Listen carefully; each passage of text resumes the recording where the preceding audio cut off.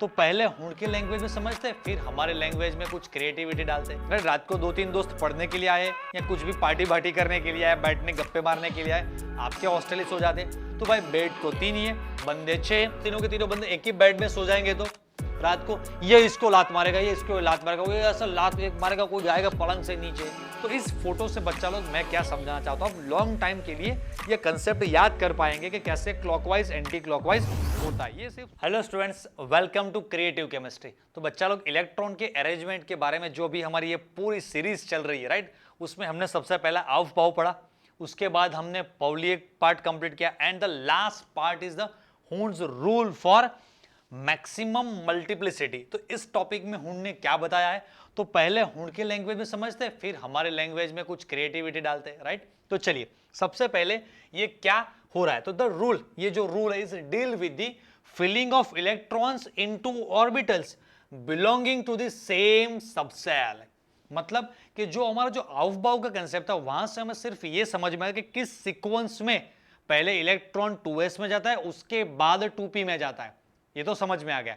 उसके बाद जो भी ये जो रूल है हमारा, वहां पर हमें ये पता चलता है कि 2p में p के अंदर 2px 2py 2pz भी अंदर भाई। तो वहां पर अरेंजमेंट किस तरह से भगवान ने की है, तो सभी एटम्स को बारीकी से वन बाय वन उन्होंने चेक किया कि भाई कार्बन में देखे तो वहां पर 6 इलेक्ट्रॉन, मतलब p में सिर्फ 2 इलेक्ट्रॉन है। उसके बाद नाइट्रोजन में जैसे p में 3 इलेक्ट्रॉन्स होते हैं, तो थर्ड इलेक्ट्रॉन कहां पर जाता है, ऑक्सीजन में जैसे ही p ऑर्बिटल में 4th इलेक्ट्रॉन्स आएंगे, 1s2 2s2 तो खत्म हो गया, उसके बाद बचे 4 इलेक्ट्रॉन। तो उन 4 इलेक्ट्रॉन्स का अरेंजमेंट कैसे होता है, तो वो सारी चीजें डिटेल में जिन्होंने स्टडी की थी वो थे हुड। तो उन्होंने क्या बताया, देखिए यहां पर लिखा है filling of the electrons into the orbitals belonging to the same subshell, मतलब कि सेम सबसेल है, px लिखा है, that is orbitals of equal energy, उसे कहा जाता है डीजेनरेट ऑर्बिटल्स।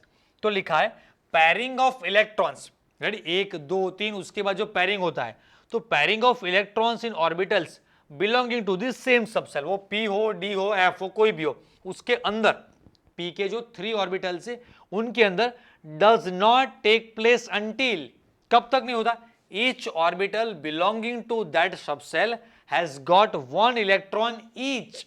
मतलब कि px py pz सभी में पहले एक एक इलेक्ट्रॉन्स ना आए तब तक वो पैरिंग का प्रोसेस नहीं होगा, पहले सिंगल सिंगल सिंगल होगा, उसके बाद रिपीटेशन होगा, मतलब सिंगली ऑक्यूपाइड। पहले एक रूटीन एग्जांपल समझते, देखिए समझ लीजिए कि एज ए एग्जांपल कि आप 3 भाई बहन है, राइट, 2 बहन 1 भाई, कुछ भी समझ लीजिए, और आपके घर पर समझ किसी भी चीज का जूस बनाया हुआ है।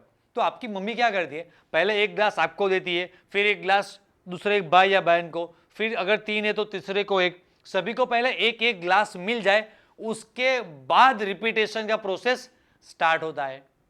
समझ ले, कहीं कहीं पर 5 ब्रदर सिस्टर है तो क्या करते हैं, तो भाई सभी को पहले एक एक एक ग्लास मिल जाए, उसके बाद भाई दोबारा रिपीटेशन का चांस लगेगा।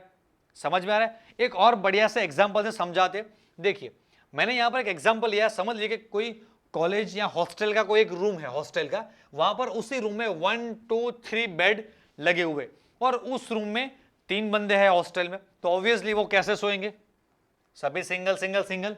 समझ में, थोड़ा एनिमेटेड है लेकिन आपको समझाने के लिए इस तरह से एनिमेटेड थोड़ा क्रिएट किया है मैंने, आप उसके एनिमेशन पर ज्यादा फोकस मत कीजिए, बात पर या कंसेप्ट पर फोकस कीजिए।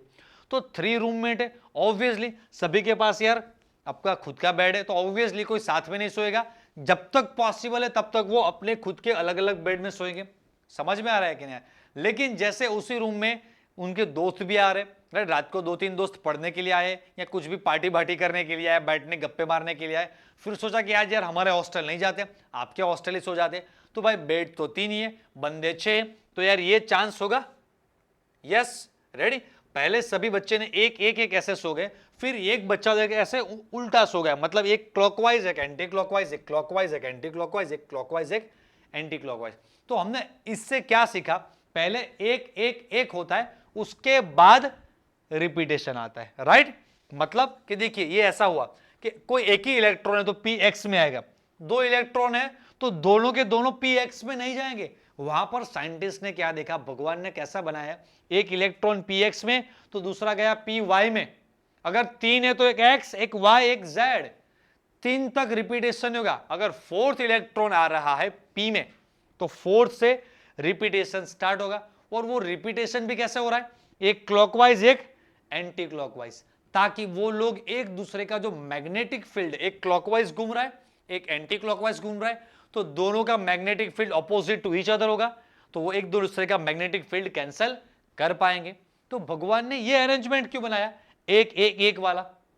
इसी एग्जांपल से समझ लीजिए कि इसमें समझ लीजिए कि 1 2 3 बंदे और तीनों के तीनों स्टूडेंट्स, तीनों के तीनों बंदे एक ही बेड में सो जाएंगे, तो रात को ये इसको लात मारेगा, ये इसको लात मारेगा, वो ऐसा लात एक मारेगा, कोई जाएगा पलंग से नीचे, राइट, ये धक्का लगा के किया, तो यार तू उधर जाओ, तो झगड़े हो गए।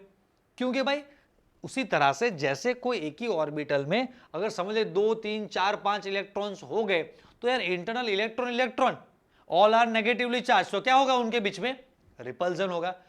तो जब तक पॉसिबल है रिपल्जन कम करने के चांसेस है, तब तक इलेक्ट्रॉन एक px में घूम रहा है, मतलब कि x ऑर्बिट पर घूम रहा है, फिर एक y एक्सिस पर घूम रहा है, कोई एक z पर घूम रहा है, तो px py pz, उसके बाद रिपीटेशन का चांस आता है। एंड वो भी रिपीटेशन अगर अगले वाला इलेक्ट्रॉन क्लॉकवाइज है तो दूसरा इलेक्ट्रॉन ऑटोमेटिकली क्या हो जाएगा, एंटी क्लॉकवाइज घूमेगा, ताकि एक दूसरे का मैग्नेटिक फील्ड कैंसल कर पाया, है ना। भगवान ने बढ़िया सा अरेंजमेंट बना, देखिए ये फिर से रिपीटेशन, फिर ये फोर्थ इलेक्ट्रॉन अगर फिफ्थ आ रहा है तो 1 2, ऐसा नहीं है 1 2 3 4 5, नहीं 1 2 3 देन 4 5, फिर अगर 6 है तो 2 2 2, नहीं 1 2 3 4 5 6। तो इस तरह से भगवान ने अरेंजमेंट की, एक क्लॉकवाइज एक एंटी क्लॉकवाइज।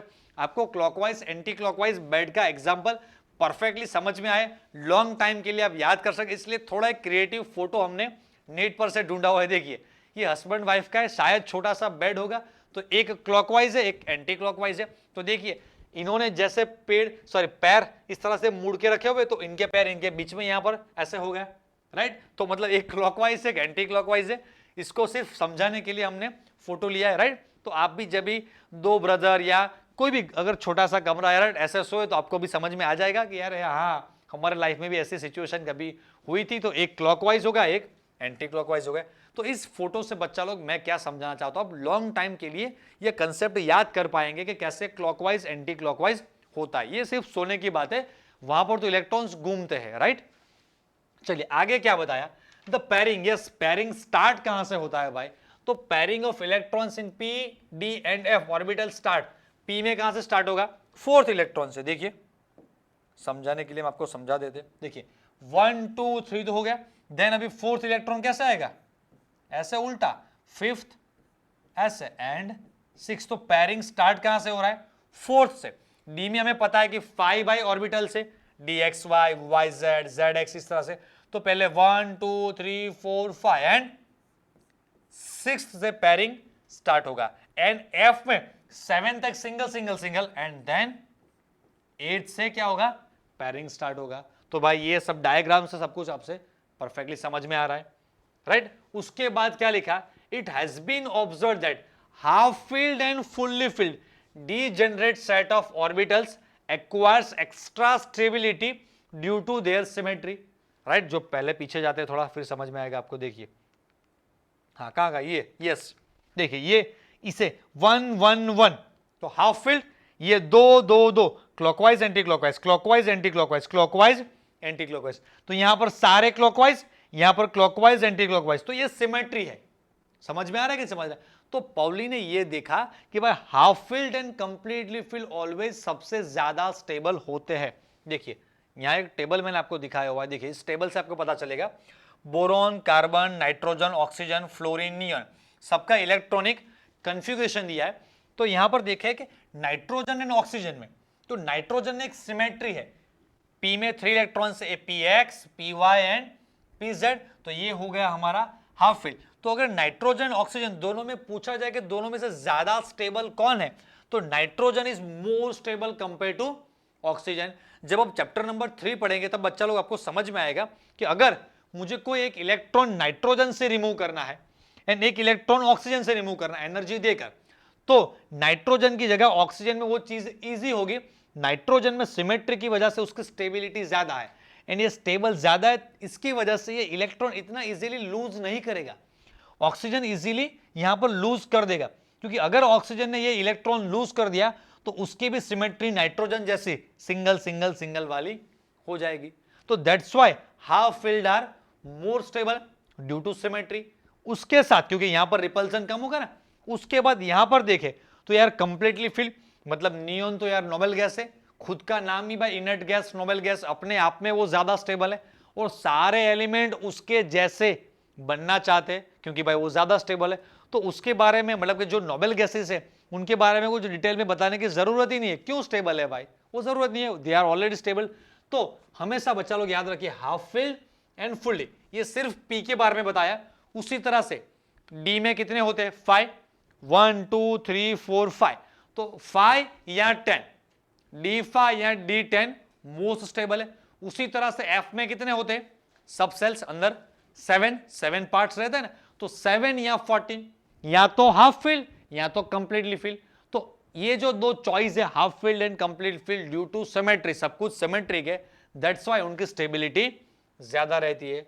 ओके बच्चा लोग, तो ये हमने ऑफबाउ, पाउली एंड उसके बाद ये हुंड का सारा जो इलेक्ट्रॉन के अरेंजमेंट का कंसेप्ट था वो हमने यहां पर कंप्लीट किया। अब ये सारे कंसेप्ट आपने समझ लिए, इसके बेस्ड आप किसी भी एलिमेंट का इलेक्ट्रॉनिक कॉन्फ़िगरेशन लिखना चाहे तो लिख सकते हैं, राइट। तो ये कंसेप्ट 1 2 3 4 बार रिपीट कीजिए, अच्छी तरह से परफेक्टली प्रिपेयर कीजिए एंड सभी एलिमेंट्स की इलेक्ट्रॉनिक कॉन्फ़िगरेशन लिखने की आप कोशिश कीजिए। आई होप कि आपको सब कुछ परफेक्टली समझ में आ गया। ओके, तो tata bye bye, have a nice day.